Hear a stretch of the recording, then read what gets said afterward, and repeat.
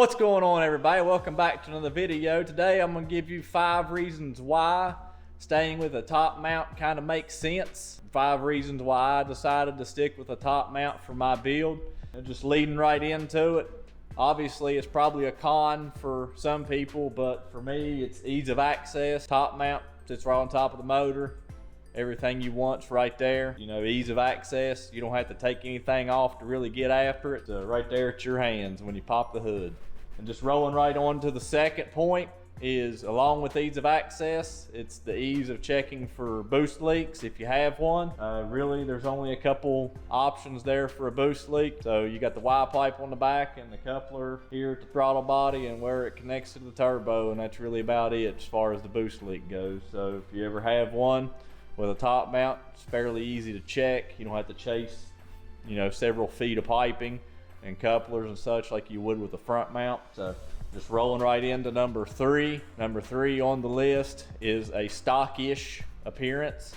If you run an aftermarket top mount such as the ETS and or the Grimspeed or whatever your choice may be, it's a little bit more stock looking to the authorities and anybody who wants to race and such. So it's if you're going after that, then that's all fine and well. But for me, I wanted to keep it kind of clean and stockish looking. And keeping right with that, to even make it look more stockish, is that you don't get the big ETS logo spray painted on it. So I guess I lost out on that in the end, so my bad. The number 4 is that for a street car, anything sub 500 wheel horsepower, you really don't need more than the top mount overall.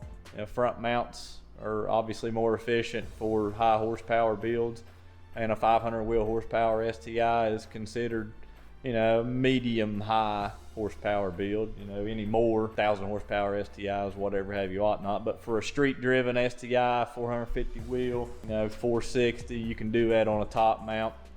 Actually, I think Killer B did 450 plus on the VA top mount OEM with their spoolinator kit. That's documented online if anybody wants to check that out for an exact number, but they ran the stocker that high with their spoolinator kit. So let's say anything under 500 wheel on a street car, top mount's going to do you just fine, and you're going to keep a little bit more spool time versus a front mount, I guess you could say. How much? Maybe a couple hundred RPMs, negligible at best. It's downshift and rock, right? So, but you get to keep it. It's a little bit more streetable. But the last on the list would be that of, you ain't got to cut nothing. You ain't got to cut no bumper, beam, whatever, cut the front end up. For me, the top mount makes a whole lot of sense. Getting back to that cutting of the bumper and, having to cut stuff up for a front mount, the insurance can deny your claim. And I got the kids with me 90% of the time.